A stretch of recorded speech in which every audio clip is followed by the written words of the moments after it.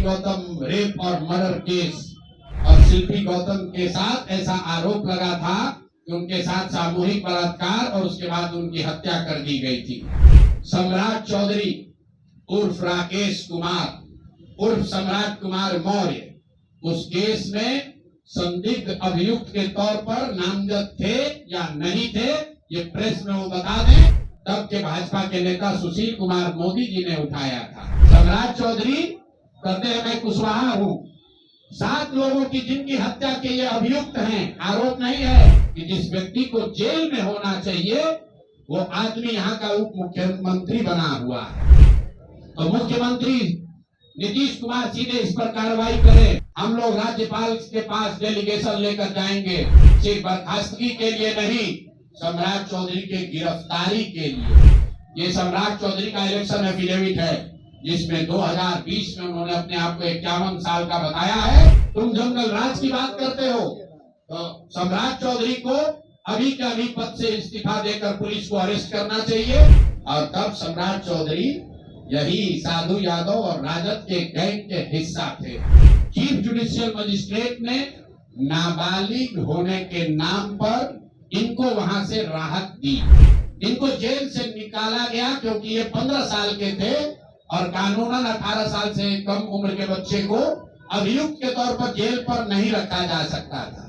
बिहार के उप मुख्यमंत्री सम्राट चौधरी, इन पर मेरा सीधा आपके माध्यम से सरकार को, बिहार के गवर्नर से, बिहार सरकार से, केंद्र सरकार से मेरा अनुरोध है कि इनको हत्या के आरोप में, ये हत्या के अभियुक्त हैं, इनको तुरंत पद से बर्खास्त करके गिरफ्तार किया जाए।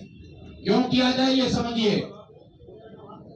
तारापुर में 1995 में 7 लोगों की जो हत्या हुई और 7 मारे जाने वाले लोग कुशवाहा समाज के लोग थे। ये बिहार में जाति की राजनीति करने वालों के लिए सबक होना चाहिए। सम्राट चौधरी कहते हैं मैं कुशवाहा हूँ।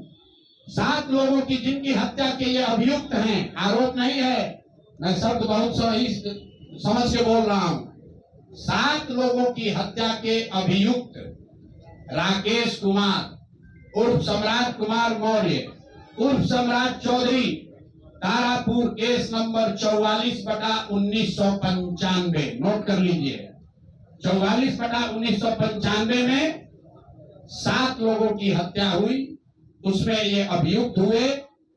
और जो केस है चीफ जुडिशियल मजिस्ट्रेट को 24/4/1995 को इन लोगों ने डॉक्यूमेंट सबमिट किया। बिहार विद्यालय परीक्षा समिति का एक एडमिट कार्ड सबमिट किया जिसमें बताया गया कि KNVMH सम्राट, ये स्कूल का नाम है,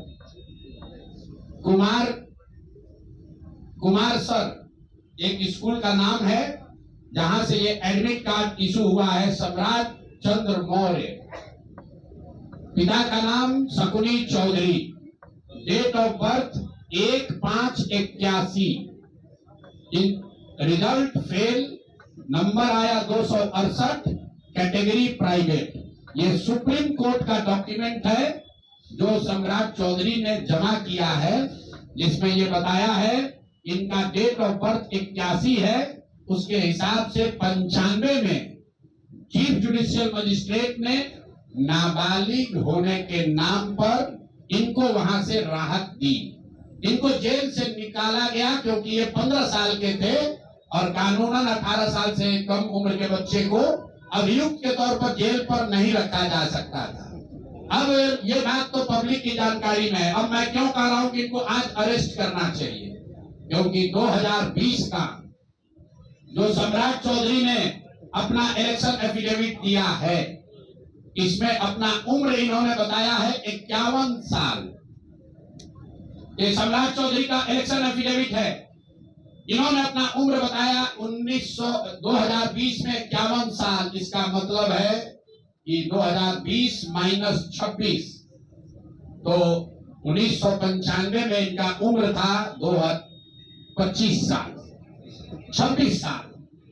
तो 26 साल के उम्र के आदमी को कोर्ट ने गलती से गलत सर्टिफिकेट के आधार पर नाबालिग होने के नाम पर अभियुक्त होने के बावजूद, ध्यान दीजिए, अभियुक्त होने के बावजूद इनको जेल से बरी कर दिया गया था। ये 15 साल के हैं, जबकि इनका अपना डॉक्यूमेंट बता रहा है कि उस समय 26 साल के थे। तो 26 साल के उम्र के आदमी पर अगर 6 लोगों की हत्या का आरोप है, तो जब तक कोर्ट से वो फ्री नहीं होते हैं तब तक उनको जेल में होना चाहिए। और ये आदमी यहाँ का उप मुख्यमंत्री बनकर बैठा हुआ है। तो मैं यहाँ के मुख्यमंत्री से और बिहार के माननीय राज्यपाल से ये अनुरोध कर रहा हूं कि हत्या का आरोपी, हत्या का अभियुक्त सम्राट चौधरी, राकेश कुमार उर्फ सम्राट चौधरी उर्फ सम्राट कुमार मौर्य आज संवैधानिक पद पर बैठे हुए हैं। ये देश के संविधान का, देश के विधि विधान का इससे बड़ा अपमान नहीं हो सकता है कि जिस व्यक्ति को जेल में होना चाहिए वो आदमी यहाँ का उप मुख्यमंत्री बना हुआ है। तो मुख्यमंत्री नीतीश कुमार सीधे इस पर कार्रवाई करें। नहीं करेंगे तो कल परसों में हम लोग राज्यपाल के पास डेलीगेशन लेकर जाएंगे, सिर्फ बर्खास्तगी के लिए नहीं, सम्राट चौधरी के गिरफ्तारी के लिए। पूरा समझिए, मैं कैमरे पर कह रहा हूं, सम्राट चौधरी हत्या के अभियुक्त है, जेल से फर्जी डॉक्यूमेंट निकाल कर बाहर निकले हैं। या तो इनको बर्खास्त करके गिरफ्तार कीजिए और नहीं तो देश में जितने लोग हत्या किए हैं उनको भी जेल से छोड़ दीजिए। ये हालात है, ये डॉक्यूमेंट है आपके सामने। ये सम्राट चौधरी का इलेक्शन एफिडेविट है, जिसमें 2020 में उन्होंने अपने आप को 51 साल का बताया है। उसके मुताबिक 1995 में वो 26 साल के थे और कोर्ट में इस आधार पर इनको बरी किया गया है कि ये 15 साल के बालक हैं। तो ये बता दें कि ये हत्या के आरोपी हैं। इन्होंने जो सर्टिफिकेट दिया है वो ठीक है कि नहीं है। बाकी ये भाई साहब जो घोटाला किए हैं अपने डिग्री उग्री में, तो बहुत छोटी बात है।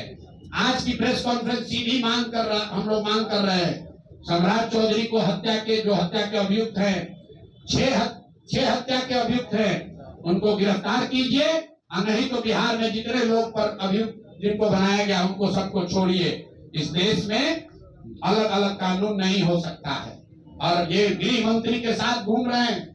मोदी जी को हम लोग कल पत्र लिखेंगे कि आपके पार्टी का नेता, जितने लोग भाजपा के समर्थक हैं, भाजपा के जितने लोग नेता हैं, कार्यकर्ता हैं, वोटर हैं, आपके जरिए से सबको बता रहा हूं, मेरे भाई एक बार अपने दिल पर हाथ रखकर सोचो, जिस व्यक्ति पर 6 लोगों की हत्या का आरोप है, जो व्यक्ति 6 लोगों की हत्या का अभियुक्त है, उसको तुम अपना नेता बनाकर बिहार का उप मुख्यमंत्री बनाए हो और तुम अपराध की बात करते हो, तुम जंगल राज की बात करते हो। तो सम्राट चौधरी को अभी के अभी पद से इस्तीफा देकर पुलिस को अरेस्ट करना चाहिए और अगर पुलिस अरेस्ट नहीं करती है तो हम लोग कोर्ट में मूव करेंगे, कोर्ट के संज्ञान में बात को लाएंगे कि साहब ये बताइए कि कैसे आपने इनको बेल दिया है, कैसे इनको आप समाज में बाहर रहने की अनुमति दे रहे हैं। और सम्राट चौधरी की अंतिम बात इनके अपराध की गाथा की, सिर्फ हत्या के अभियुक्त नहीं है, बिहार में पुरानी पत्रकारिता करने वाले लोग, आपने शिल्पी गौतम के रेप और हत्याकांड की कहानी सुनी होगी।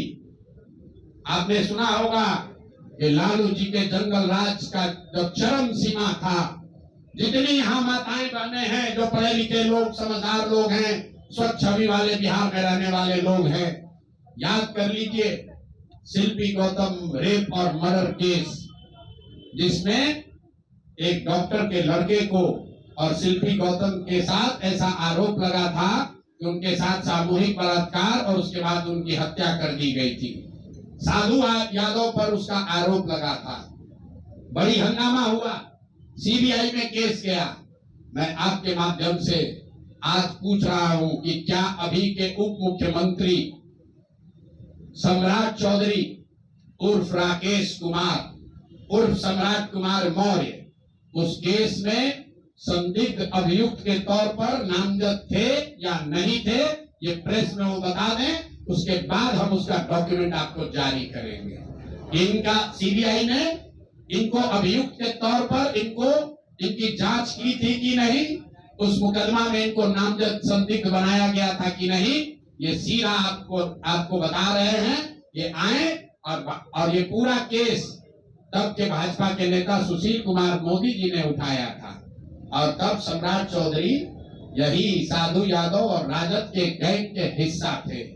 और अब वो बता दें, हम इतना ही बोल रहे हैं, अभी से भी गांधी जी ने कहा है गलती हो गई तो आकर माफी मांग लो, आकर बताइए कि उस केस में आप अभियुक्त के तौर पर आपको सीबीआई ने आपकी जांच की थी कि नहीं की थी, आपके सैंपल टेस्ट लिए गए थे कि नहीं लिए गए थे, आपके उस घटना में क्या संलिप्तता है नहीं है, ये बताइए।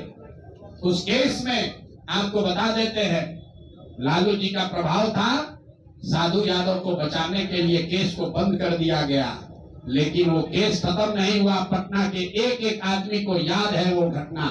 तो अब राकेश कुमार बताएं, आज के सम्राट चौधरी बताए कि उस केस में इनकी भूमिका क्या थी, उसमें ये नामजद थे कि नहीं थे, और थे तो इन्होंने इसको डिस्क्लोज क्यों नहीं किया।